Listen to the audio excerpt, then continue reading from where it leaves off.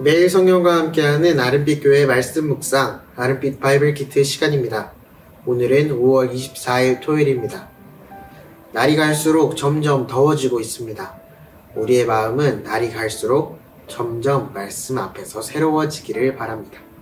오늘 우리가 함께 묵상할 말씀은 빌립보서 1장 12절부터 26절까지의 말씀입니다.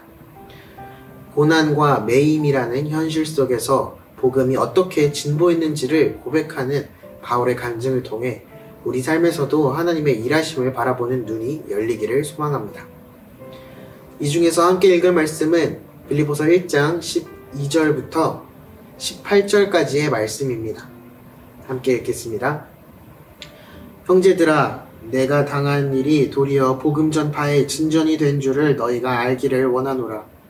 이러므로 나의 매임이 그리스도 안에서 모든 시위대 안과 그 밖의 모든 사람에게 나타났으니 형제 중 다수가 나의 매임으로 말미암아 주 안에서 신뢰함으로 겁없이 하나님의 말씀을 더욱 담대히 전하게 되었느니라. 어떤 이들은 투기와 분쟁으로, 어떤 이들은 착한 뜻으로 그리스도를 전파하나니 이들은 내가 복음을 변증하기 위하여 세우심을 받은 줄 알고 사랑으로 하나 그들은 나의 매임에 괴로움을 더하게 할 줄로 생각하여 순수하지 못하게 다툼으로 그리스도를 전파하느니라. 그러면 무엇이냐? 거칠애로 하나 참으로 하나 무슨 방도로 하든지 전파되는 것은 그리스도니 이로써 나는 기뻐하고 또한 기뻐하리라. 빌립보 교회는 바울이 로마에서 투옥되었다는 소식을 듣고 큰 염려에 빠졌습니다. 그들은 로마 제국의 중심부 한복판, 그 황제의 권세 아래에서 바울이 갇혀있다는 사실 자체만으로도 충격을 받았을 것입니다. 감금은 당시 사회에서 아주 수치스러운 일이었고 그리스도를 전파하다 붙잡혀 매어 있다는 사실은 겉으로 보기엔 패배나 실패처럼 여겨졌기 때문입니다. 사랑하는 사도가 옥에 갇힌다는 사실은 공동체의 위축으로 이어질 수 있었고 복음 전도라는 일 자체가 위험하고 두려운 일이라는 인식이 퍼질 수 있는 상황이었습니다. 하지만 바울은 도리어 이렇게 담대히 말합니다. 형제들아, 내가 당한 일이 도리어 복음 전파의 진전이 된 줄을 너희가 알기를 원하노라. 이 한 문장에는 바울의 신학, 그의 눈과 그의 믿음이 모두 담겨 있습니다. 세상은 그를 가두었지만 복음은 결코 가둘 수 없다는 확신이 말 속에 배어 있습니다. 그는 자신이 당한 일이 단순한 고난이나 순환의 사건이 아니라 하나님의 섭리 안에서 복음을 더 멀리, 더 깊이 전파하는 통로가 되었다고 해석합니다. 바울의 시선은 상황을 전혀 다르게 봅니다. 그는 시위대 안과 그 밖의 모든 사람에게 나의 매임과 그리스도 안에서 드러났다고 말합니다. 로마 황제를 지키는 시위대는 제국의 가장 권위 있는 군인 집단으로 황제의 절대적 충성을 요구받던 이들이었습니다.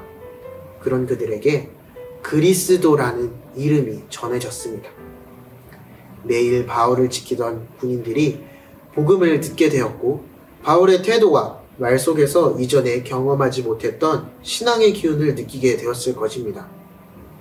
더 나아가 바울의 결박은 오히려 다른 믿음의 형제들에게 담대함을 불러일으켰습니다. 그의 고난이 그들을 위축시키기보다는 오히려 겁없이 하나님의 말씀을 더욱 담대히 전하게 만들었던 것입니다.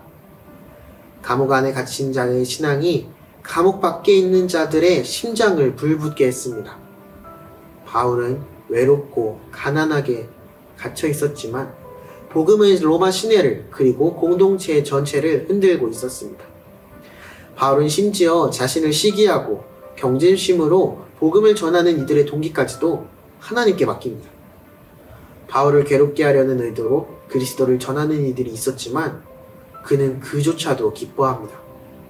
거칠애로 하나 참으로 하나 무슨 방도로 하든지 전파되는 것은 그리스도니 이로써 나는 기뻐하고 또한 기뻐하리라. 자신의 명예나 위치가 아닌 오직 그리스도의 복음이 전파되는 일에만 마음을 두는 바울의 영적인 시선은 놀랍습니다. 이 장면은 자연스럽게 초대교회의 첫 박해와 연결됩니다. 사도행전 7장에서 스데반이 복음을 전하다 돌에 맞아 죽게 되자 큰 박해가 예루살렘 교회에 닥쳤고 많은 그리스도인들이 뿔뿔이 흩어졌습니다. 그러나 그 흩어짐은 패배가 아니었습니다. 흩어진 그들은 가는 곳마다 복음을 전했고 그 결과 복음은 사마리아와 유대 온 땅으로 나아가 이방 세계로 퍼져나가기 시작했습니다. 사람의 눈에는 고난이었지만 하나님의 눈에는 복음의 진보였습니다. 그리고 그 현장에 젊은 바리새인 사울이 있었습니다.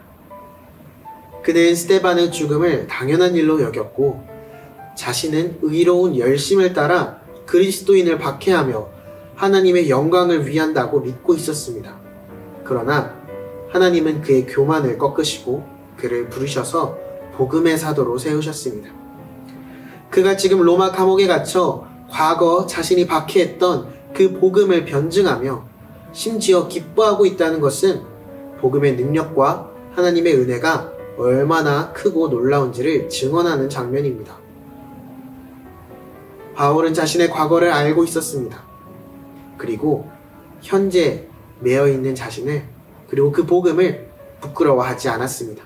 그는 오히려 기뻐했습니다. 왜냐하면 복음이 전파되고 있었기 때문입니다. 우리에게도 이런 시선이 필요합니다. 지금 당장의 억눌림과 막힘 속에서도 하나님은 여전히 복음을 전진시키시고 계십니다. 우리의 실패처럼 보이는 순간, 낭비처럼 느껴지는 시간들 안에서도 하나님은 일하고 계십니다. 복음은 멈추지 않습니다. 우리 역시 상황에 눌려 해석을 멈추지 말고 복음을 통해 지금의 현실을 바라보아야 합니다. 내가 당한 일이 도리어 복음의 진보가 되었다. 이 바울의 고백이 오늘 우리의 고백이 되기를 바랍니다. 오늘도 복음으로 기뻐하시는 모든 성도들이 되기를 소망합니다. 함께 기도하겠습니다.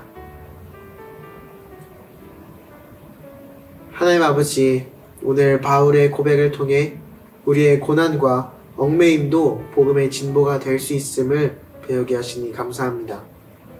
우리가 겪는 억울함과 고통, 그리고 뜻하지 않은 막힘 속에서도 그리스도를 전하는 일이 계속되고 오히려 더 넓게 퍼져나가게 하옵소서. 주님, 나한테는 산다는 것의 의미가 그리스도라고 말했던 바울의 고백이 우리의 입에서도 고백되게 하소서. 우리의 모든 상황 속에서 주님의 이름이 드러나게 하시고 복음으로 인해 기뻐하고 또 기뻐하는 믿음을 허락해 주시기 원합니다. 오늘도 복음 위에 서게 하시고 복음 안에서 우리의 상황을 해석하며 복음을 위해 우리 하루를 기꺼이 드리게 하옵소서. 예수님의 이름으로 기도드립니다. 아멘.